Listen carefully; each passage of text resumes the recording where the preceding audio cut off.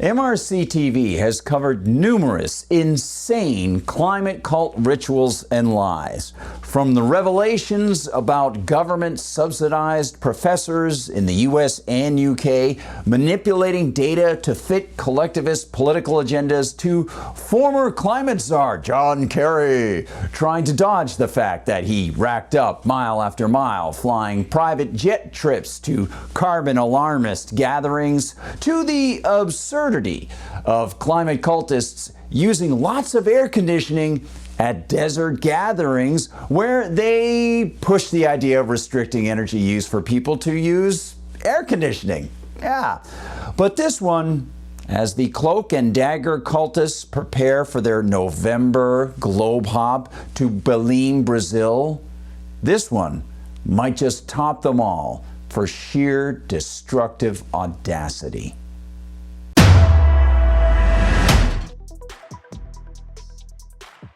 Hi everyone, I'm Gardner Goldsmith for MRC-TV. This time, the titanic layout of money, human effort, energy, and centrally planned favoritism prior to the globalist Conference of the Parties, COP number 30, is attacking not only our freedom and insulting our belief in honesty, it's triggering the destruction of thousands of acres of legendary and supposedly irreplaceable Amazon rainforest.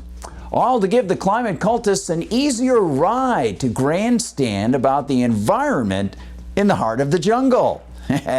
If you have a dark irony alert on your video screen, well, you might want to temporarily disengage it because it's going to be going off a lot during this video. Jordan King writes for Newsweek, quote, "Tens of thousands of acres of the Amazon rainforest are being cut down so a new highway can be built in preparation for the November COP30 climate summit in Belém, Brazil." End quote. And he adds what one might expect to see relevant to a gathering of political climate charlatans.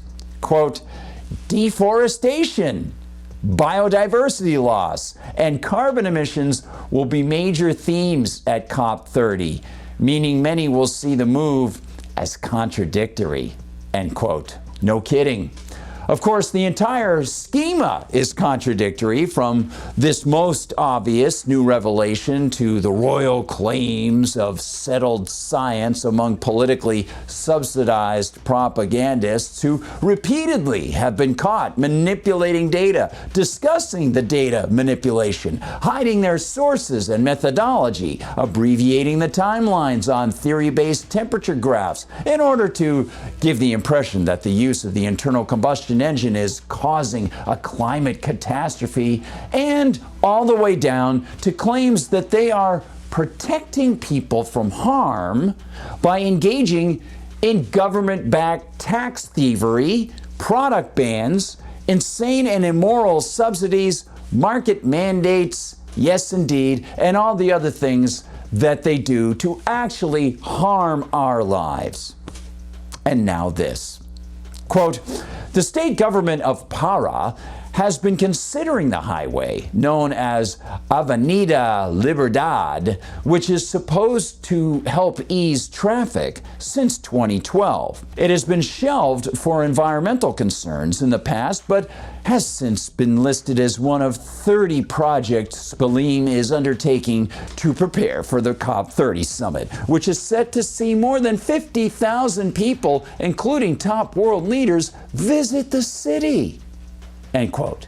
This being the world-famous Amazon rainforest, the gilded lily of the environmental movement, a place that, as the World Wildlife Fund notes, is the world's most biodiverse region, hosting an estimated 400 billion individual trees from over 16,000 species, 40,000 plant species, 3,000 freshwater fish species, 1,300 bird species, 430 mammals, and over 2.5 million insect species.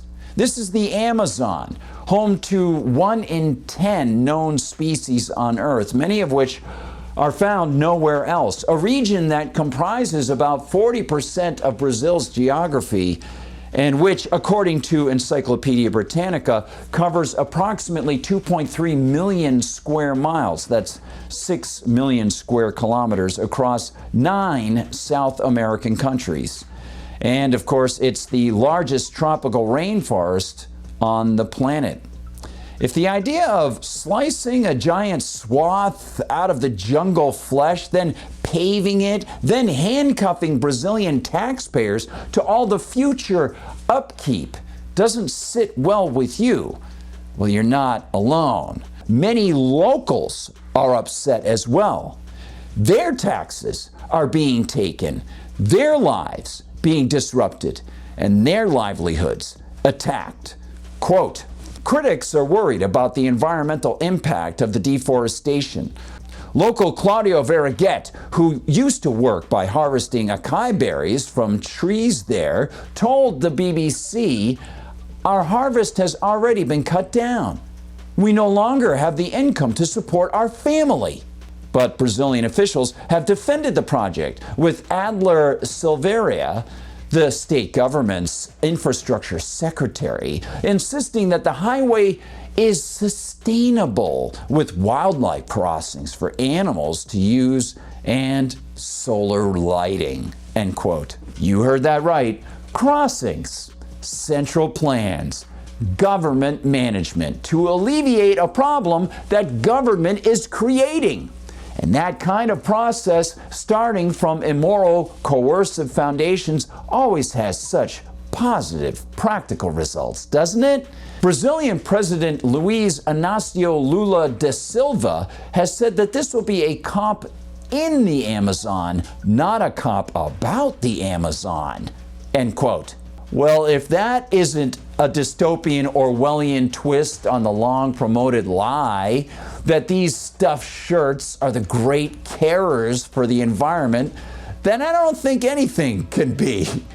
The politicians will use any excuse, they'll twist any rationale, and take as much as they want from people in their never-ending quest to control more lives and land. Perhaps this should be questioned.